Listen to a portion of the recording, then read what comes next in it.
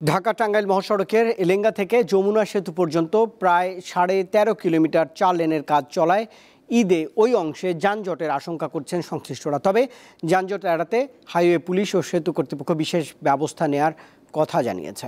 ওয়ালটন আবারও মিলিয়নিয়ার অফারে ওয়ালটন ফ্রিজ কিনে আপনিও হয়ে যেতে পারেন মিলিয়নিয়ার। এলেঙ্গা থেকে যমুনা সেতু পর্যন্ত সড়কের কাজ চলমান থাকায় কিছু জায়গায় এখনও 2 লেনে চলছে যানবাহন। 4 লেনের যানবাহন 2 লেনে চলাচলের কারণে যানজটের সৃষ্টি হয়।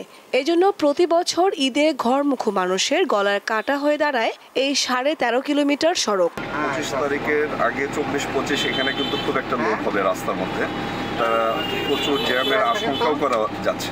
সেক্ষেত্রে আইনশৃঙ্খলার যৌথ বাহিনী বা যারা আছে এই নিরাপত্তার বিষয়ে তাদের দৃষ্টি রাখলে আমার মনে হয় রাস্তাটা ক্লিয়ার থাকবে। পরিবহন মালিকরা বলছেন ঈদের সময় মহাসড়ক যানজট মুক্ত রাখতে মালবাহী ও বালুবাহী ট্রাক, 3 হুইলার ও ঝক্কর বাস চলাচল বন্ধ করতে হবে। সকল জায়গায় আমাদের মালিক এবং শ্রমিকরা পুলিশের সহায়তার সাথে ভলান্টিয়ারি কাজ করবে। এই বিষয়ে আমরা টাঙ্গাইলে পুলিশ সক্ষমতা রাখে।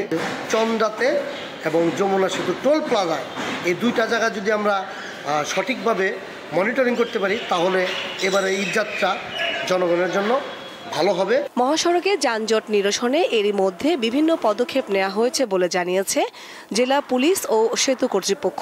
আমাদের একটি লিংক রোড আছে, ভুয়াপুর লিংক রোড, আপনারা জানেন, সেখানেও আমরা ব্যাপক প্রস্তুতি রেখেছি। যদি এ ধরনের পরিবেশ তৈরি হয় যে ট্রাফিক ব্যবস্থা খুব দুঃসহ অবস্থার মধ্যে পড়ে যাচ্ছে, তাহলে আমরা এই ভুয়াপুর লিংক রোডের মাধ্যমে গাড়িগুলোকে কিভাবে আরও স্বচ্ছন্দে ফেরানো যায় এবং মানুষের যাত্রাটাকে আরও কিভাবে যাতে আরও বেশি স্বস্তিদায়ক করা যায় সে ব্যাপারে আমাদের বিভিন্ন ধরনের নোট করা আছে। তিনি জানান, ঈদে এলেঙ্গা থেকে যমুনা সেতু পর্যন্ত যানজট নিরসনে পুলিশের কয়েকটি টিম কাজ করবে।